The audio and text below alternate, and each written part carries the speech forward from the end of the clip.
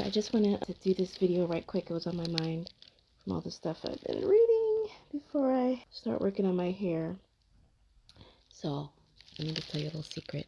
When he thinks that you're cheating and he has absolutely no proof, it's because men cannot grasp the idea that you would leave for yourself. They assume that if you're pulling away, if you're done, if you've emotionally exited, it must be because there's another man. They cannot understand dissatisfaction. They cannot understand exhaustion. They cannot understand that the conditions have simply become intolerable. They cannot understand their own part in any of this. And what they do is fine, but what you do is always suspect. To them, it's always either me or someone else. And I know this very personally. There was a man I met when I'd first gone away to college. I would barely turn 16. And I went to Florida A&M. That's FAMU for the uninitiated. I was a scholarship student. I had graduated high school early, and I was still wearing the clothes that my mother used to sew for me. And I remember I was carrying 2 big jugs of water on the set. So he tells he remembers, I don't. He had already graduated, right? He had done his MBA, and he had come back because he had missed some credits or something, so they wouldn't give him his degree. And so he was like substitute teacher, not at the school. He really had no reason to be there. So fast forward another 16 years, he finds me again through email. And I say this man because he was already 22, 23, and I had barely turned 16. And we met at FAMU, and to the uninitiated, that is Florida A&M. I was a scholarship student. I had just escaped my mother in a very small hometown of Winston-Salem, North Carolina, and I was looking for some freedom and some thought people who would be on my level. And emotionally. I'll take his word for it. I was walking down the set carrying 2 jugs of water, and I used to still wear the same clothes my mother sewed for me. She used to actually sew all my clothes for me, like the kind of suits she would make. Anyway, he tells me this later from his POV because I don't remember meeting him at all. He had already come to a certain kind of fame or notoriety as a freshman. He tells me his whole story. How he was a virgin, how he was consumed by temptation, how all these women wanted sex from him, college girls when he went there, and how he fell, and that's the language he used. Then he meets me, and suddenly I'm the good girl. I'd never had a boyfriend, I was young, I was sheltered, and honestly, I just wanted to be free. I knew what empathy was, of course, but I didn't know this whole thing about being an empath was, but I just knew when he told me this stuff, it would be like this heaviness that would descend on me. And I just knew I wanted air. It was just like I couldn't understand being so out of control of your lower desires or what you really wanted to do was so horrible. But he was also very jealous even then. So fast forward 16 years, he finds me again through email and stuff.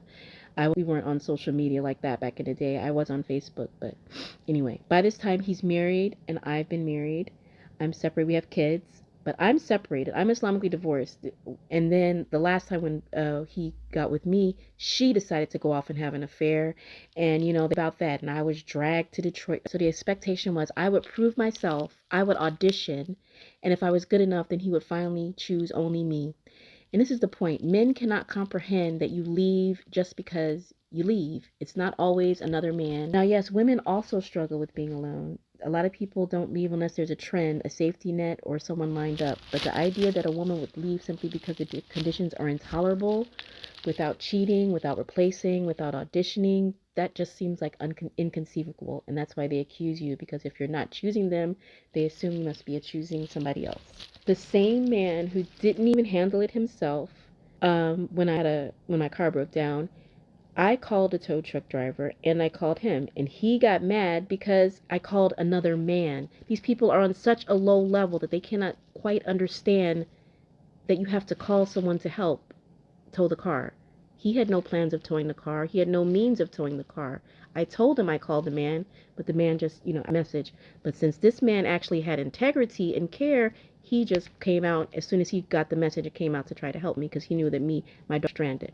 But that was an example of how he would flip the tables to project that I was doing something by not completely and only calling his unreliable self. Men like this cannot comprehend that a woman might leave simply because she's done, that she might deal with people in a business capacity or in a service capacity. They can't understand that you would leave not because there's someone else waiting. That reality is too uncomfortable. Instead of asking why you're unhappy, they accuse you of cheating. Because if you're not choosing them, they assume you must be choosing someone else. So, and I'm also recovering from an illness. Crohn's disease and surgery and things of that nature. And so whenever that happens, people, when I'm in a weakened state, emotionally, people appear who want to it's usually the same people, but they want to control my life. So once I was Islamically divorced, that was like the for me. Everything else was just paperwork. The important thing, that's your faith. And once I decide on something, I decide. And he's Muslim. His father's an imam. He should have understood better than I did. But somehow I was made to feel ashamed that the paperwork wasn't finished fast enough, ashamed for even speaking to him. Now he did help me a lot, push that divorce through. I guess he had ulterior motives, but still he did help me with that.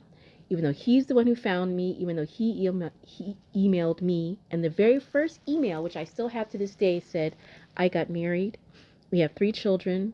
Unfortunately, the marriage did not work out." Past tense. So how did it go from that to him questioning whether I was really divorced? How did it go from that to him having a wife at home arguing with him about his indiscretions? Yes, he had a whole wife at home in the same house. This was a little game they played where they decided to divorce because if he was always gallivanting around, and then they would go through these big marital battles, and then they would draw up the papers and threaten each other and then tear it up and then do it all over again with some other unwitting woman, including another wife in Kenya. Because when he traveled to Africa on his so-called community building and wealth building trips, what he was actually doing was finding poor women to sleep with and marry. And yet, I was the one expected to audition. If you play your cards right, you might be the only one. That's what he said. If things go well, then I'll choose you. He has something kind of a net to bounce into should he decide to leave his wife. And any type of breaking up of the family, of course, would be on me, even though this was something that he wrote me into by not disclosing that he was still with his wife. So meaning I would prove myself, and then maybe, if I held my cards right, I'd be chosen.